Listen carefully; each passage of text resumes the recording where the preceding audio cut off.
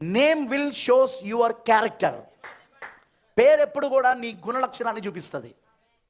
అయితే మీరు అనొచ్చు, బ్రదర్ నేను ఏంటిది పురుషోత్తముడు అని పెట్టుకుంటా, పురుషులలో నేను ఉత్తముణ్ణి, కానీ కొన్నిసార్లు ఆ క్యారెక్టర్ ఉండదు ఆ వ్యక్తిలా, నిజంగా ఉత్తముడుగా ఉండడు. ఉదాహరణ చెప్తాను నేను. అట్లా కొన్ని ఉంటాయి. ఆ పేర్లో కూడా గుణలక్షణాలు, ఆ గుణలక్షణాల ప్రకారంగానే ఉంటాయి. అందుకే యేసుక్రీస్తు ఏం చేశాడంటే ఆయన పేర్లు ఎందుకు మార్చాడంటే గుణలక్షణం మారింది. ఇప్పుడు యాకోబును ఇజ్రాయెల్కి ఎందుకు మార్చిండు? అంతకుముందు దాకా యాకోబు మోసగాడే. మోసగాడా కాదా? తన అన్న ఏశావుని మోసం చేసి ఏం చేశాడు? చిక్కుడుకాయల కూర భోజనం పెట్టి, ఒక్క పూట భోజనం, చిక్కుడుకాయల కూర భోజనం, ఒక్క పూట భోజనం పెట్టి జ్యేష్ఠత పక్కన దొంగిలించేశాడు. తర్వాత వాళ్ళ నాన్న జ్యేష్ఠ కుమారుడికి దీవెనలు ఇద్దామని అనుకుంటే ఈయనేం చేశాడు? ఈయననే జ్యేష్ఠ కుమారుని వల్లే నటించి ఆ దీవెనలన్నీ పొందుకున్నాడు.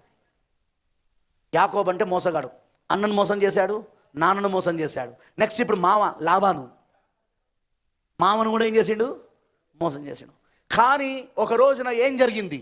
తిరిగి తన మామ ఇంటి దగ్గర నుండి ఇంటికి వస్తూ ఉండగా అదిగో మార్గ మధ్యలో ప్రభుదూత యాకోబును కలుసుకున్నప్పుడు యాకోబు ప్రభుదూతతో పోరాడడం మొదలుపెట్టాడు. ఏమని పోరాడుతున్నాడంటే నన్ను ఆశీర్వదించు అని. అసలు యాకోబుకు ఆశీర్వాదాలు లేవని కాదు, భౌతికంగా చాలా ఆశీర్వాదాలు ఉన్నాయి భౌతికంగా, అమనంటారా? కానీ ఇప్పుడు తను కోరుతున్న ఆశీర్వాదం ఏంటంటే తన జీవితం మార్పు చెందుట. అందుకే దేవుడు అన్నాడు, నీ పేరేం పేరు అని అడిగాడు. యాకోబు అనుడితోటే, నీ పేరు తగినట్టుగానే నువ్వు మోసగాడివి, కానీ ఇప్పుడు నేను నిన్ను ఇజ్రాయేలుగా మారుస్తున్నా.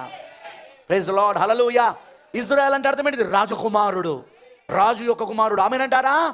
ఇజ్రాయేల్గా మారుస్తున్నాను, రాజకుమారుడుగా నేను మారుస్తున్నాను అన్నాడు.